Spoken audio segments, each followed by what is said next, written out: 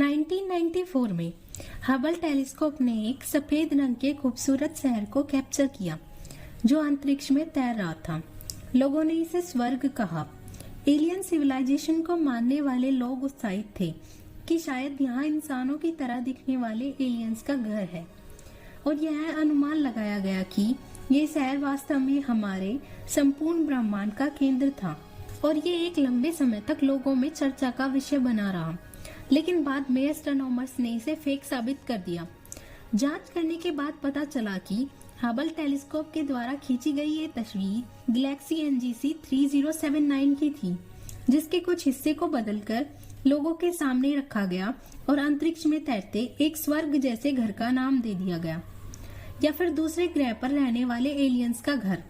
लेकिन इस किस्से ने एक अनोखे सवाल को जन्म दे दिया कि क्या हमारे ब्रह्मांड का कोई सेंटर है? अगर है तो कहाँ, और इसके केंद्र पर क्या है? आज के इस एपिसोड में हम इसी के बारे में पता लगाने की कोशिश करेंगे। तो इंतजार किस बात का, चलिए पता करते हैं कि इस विशाल ब्रह्मांड का केंद्र कहाँ है।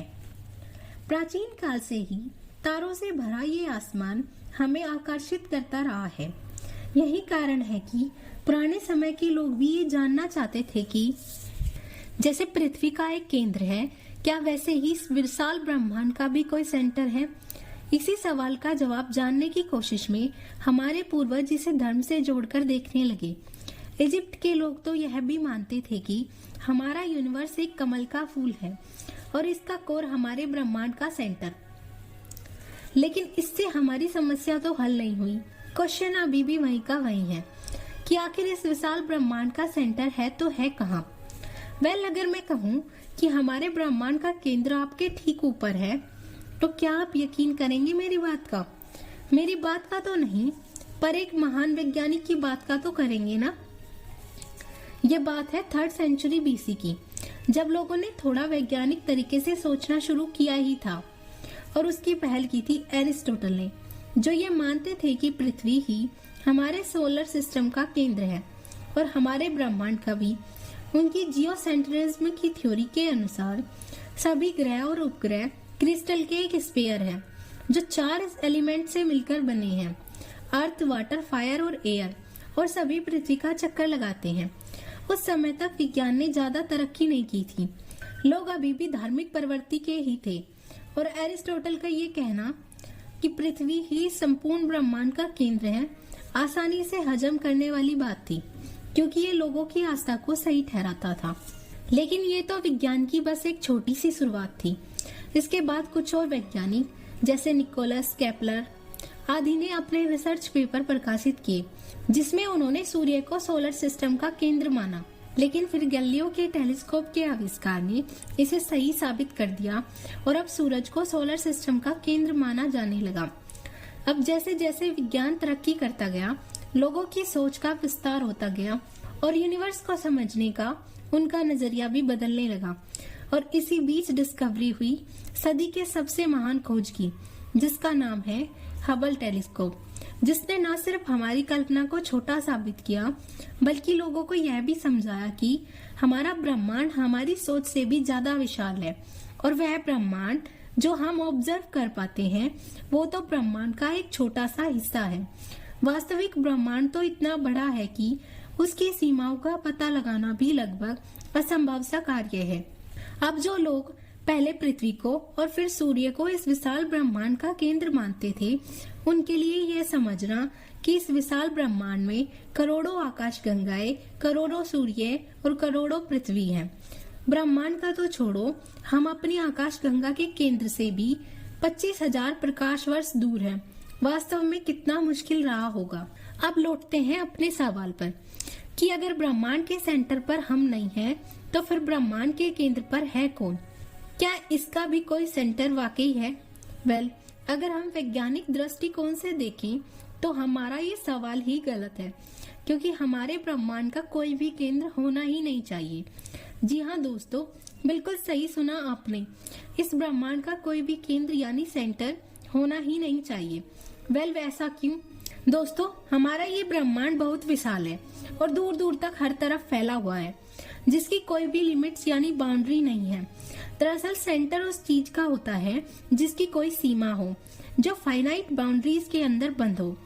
अब जिसकी बाउंड्रीज का ही ज्ञान हमें नहीं है, उसके सेंटर की खोज हम कैसे करेंगे? और फिर हमारा ये कहना कि इस अनंत फैले ब्रह्मांड का केंद्र कहाँ है, कितना अटपटा सा लगता है। इसके बजाय अगर हम ये कहें कि हमारे इस विशाल ब्रह्मांड का सेंटर ऑफ मास या सेंटर ऑफ चार्ज कहाँ है, मेरे ख्याल से ज्यादा लॉजिकल होगा। बात कुछ समझ नहीं आई ना? तो चलिए इसे एक उदाहरण से समझते हैं। मान लेते हैं कि हमारे पास एक बॉल है।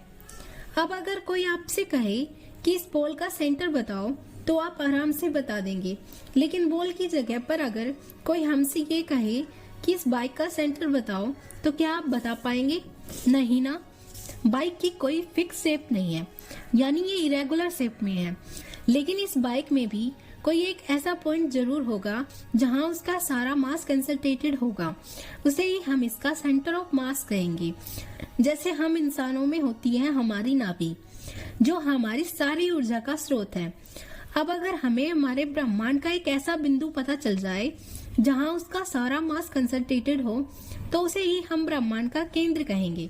लेकिन वैज्ञानिकों की माने तो हमारा ब्रह्मांड आइसोट्रोपिक है, यानी ब्रह्मांड के हर एक छोर पर, हर एक कोने में मास और एनर्जी बराबर डिस्ट्रीब्यूटेड है, according to conservation of laws, जो कहता है energy can neither be created nor destroy, it can only be change one form to another. यानी एनर्जी कभी भी बनाई या मिटाई नहीं जा सकती, ये एक रूप से दूसरे रूप में बदली जा सकती है। अब जैसे हमारी पृथ्वी सूर्य के इर्द गिर्द घूमती है और हमारा सूर्य हमारी आकाशगंगा के केंद्र के, यहाँ तक कि हमारी अपनी आकाशगंगा मिल्की वे भी लोकल ग्रुप के सेंटर को ऑर्बिट करती है, तो क्या ये नेचुरल सिमेट्री हमारा ब्रह्मांड फॉलो नहीं करता? इस हिसाब से तो कोई सेंट्रल ऑब्जेक्ट तो जरूर होना चाहिए। अब इसकी दो वजह हो सकती हैं। या तो हमारे ब्रह्मांड का कोई सेंटर यानी सेंटर ऑफ मास है ही नहीं, या हम उस तक अभी पहुंच ही नहीं पाए हैं, क्योंकि हमारा ब्रह्मांड इतना विशाल है कि इसको पूरा देखना भी अभी मानव की क्षमता के बाहर है। अभी भी हम सिर्फ ब्रह्मांड के एक छोटे से ही हिस्से से परिचित हैं और उसे ही परख सकते हैं, जिसको हम ऑब्जर्वेबल यूनिवर्स कहते हैं।